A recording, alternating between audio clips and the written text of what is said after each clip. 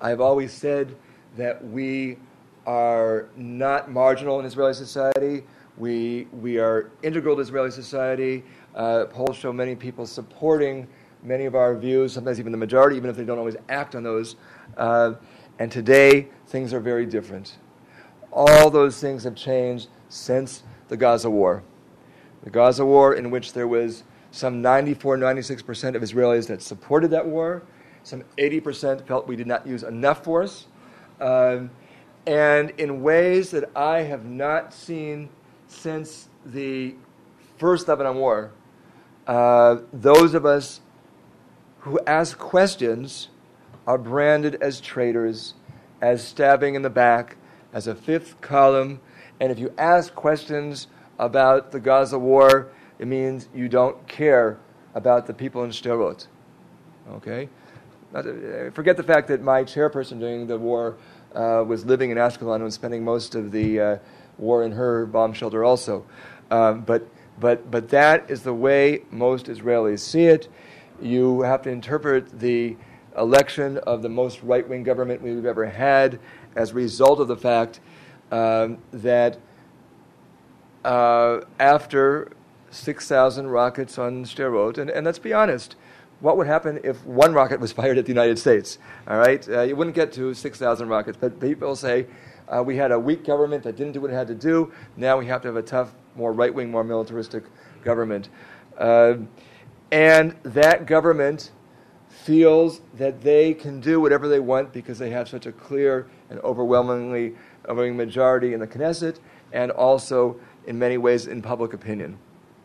And there's another thing that's happened.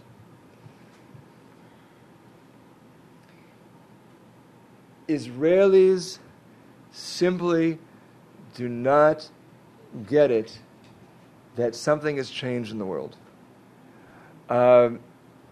The assumption with the Gaza war was that, as in so many previous occasions, we would get a lot of criticism, we would batten down the hatches, and it would end in a few months. And that didn't happen.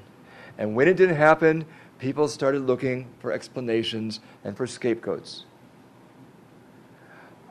Just a few days before I left, I was listening to the weekly or the nightly news, and the co-anchor and a commentator are bemoaning. They're incredulous. They just don't get it. Why don't even our best friends accept our version of what happened with the flotilla? Okay, and what they couldn't do this time was use the line that usually comes right after that, and it was certainly with the Goldstone report and everything. Well, it just shows how much the world hates us, because they had to acknowledge it's even our best friends that are saying, guys, something's wrong here. So given the fact that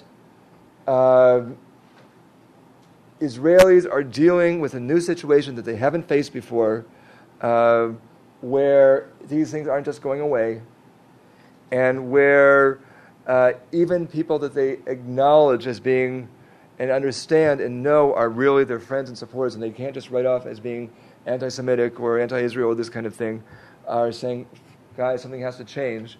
They're looking for scapegoats.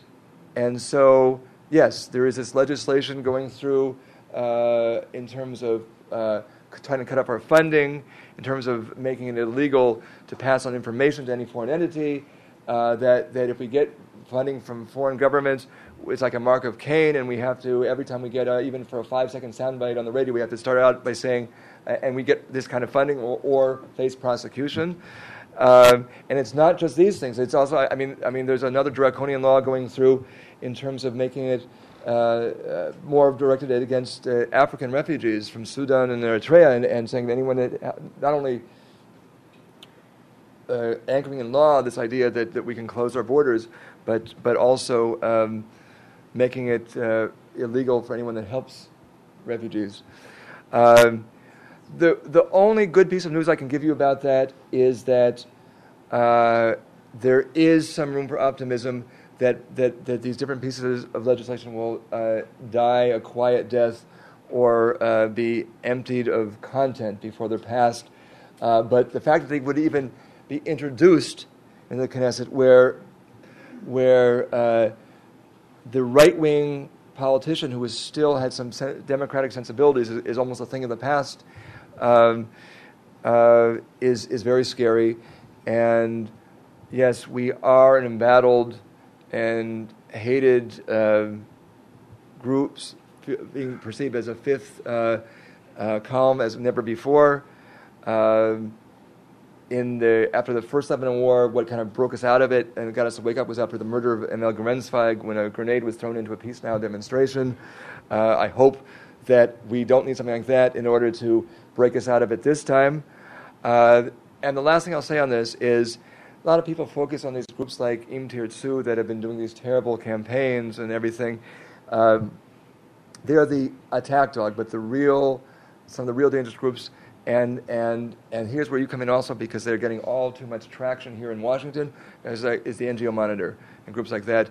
And quietly, they sadly, all the things they purport to do in terms of standards in reporting, they violate every single law that they hold other people to, or every single rule.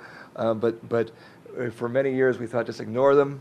And now we're realizing that we thought it's so crazy that no one's really listening to these people, and now we understand that even here in Washington, there are people that listen to these people, and that's very dangerous. Okay. Let's go ahead. So I just have a question. I'm Milan Ali, with the Washington Report. Mm-hmm. Turning there. I just have a question. When he spoke about Palestinians having to perhaps making some compromises, what compromises would Israel make? Because during the peace process and everything, there's kind of a consensus among Palestinians that they always have to, give up on rights and give up on. That's precisely why I say I can't demand that. I can only present the realities, and it's a Palestinian choice to make, which I have no right to demand, or I can only interpret the reality. In terms of, I think you're right, one of the disconnects, it's very interesting. Many Israelis talking about the negotiation process say, why are Palestinians so intransigent? Don't they understand that you have to give and take in negotiations? And Palestinians will say, what are they talking about? We gave up the store before the negotiations even began, and we have no more. We already recognized Israel on some 74, 76%, 76, 78% of what we see as Palestine, and what there's no more fallback positions. So you're correct in that.